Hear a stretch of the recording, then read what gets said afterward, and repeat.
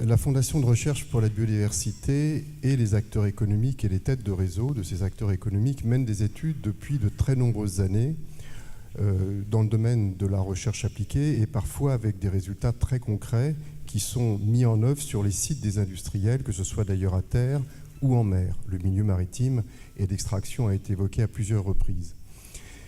Pensez-vous utile d'intégrer les résultats de ces études dans les politiques de préservation de la biodiversité, mais aussi dans les politiques sectorielles des acteurs économiques, et si oui, de quelle façon?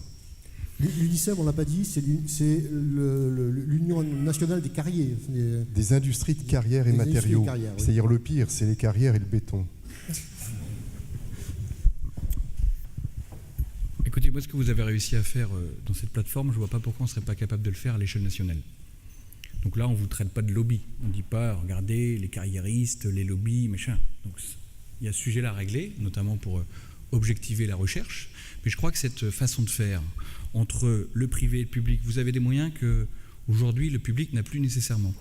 On a des outils, par exemple la convention CIFRE, qui permettent à des étudiants en recherche de venir travailler avec vous et de faire bénéficier la République de ces recherches aussi, et c'est de la recherche appliquée. Donc il y a des choses qui existent, qui peuvent être valorisées. Moi, je suis pour que ces données, ces recherches soient mises à disposition et fassent partie de l'ensemble des études qu'on devrait lire quand on fait des études d'impact.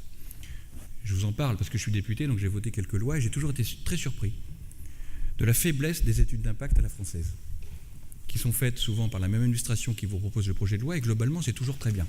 Il n'y a jamais de problème, il n'y a jamais de frottement. Et quand on creuse un petit peu plus les textes, on se rend compte que c'est un peu plus complexe que ça. Ça, c'est aussi dans notre démarche de faire évoluer la notion d'étude d'impact. Alors, j'en viens à ce que j'ai tout à l'heure entendu Bertrand Pancher concernant l'inflation législative ou réglementaire. Nous, on a une petite formule un peu plus imagée, c'est l'incontinence législative. Il faut qu'on cesse ça. Il faut arrêter.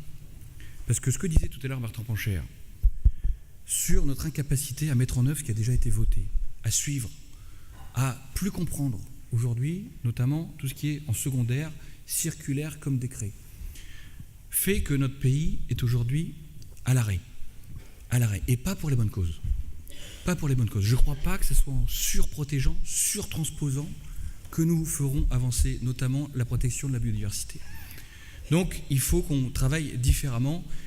Et le différent, c'est aussi pouvoir embarquer cette partie de la recherche privée dans des données publiques à partir du moment où on a aussi un contrepoint scientifique, peut-être un suivi d'un laboratoire CNRS qui nous dit c'est du robuste en termes de méthodologie scientifique. Mais moi, je suis pour qu'on avance de cette manière parce qu'on ne peut pas se permettre aujourd'hui, vu l'état du pays, de se passer des forces qui veulent se mettre au service.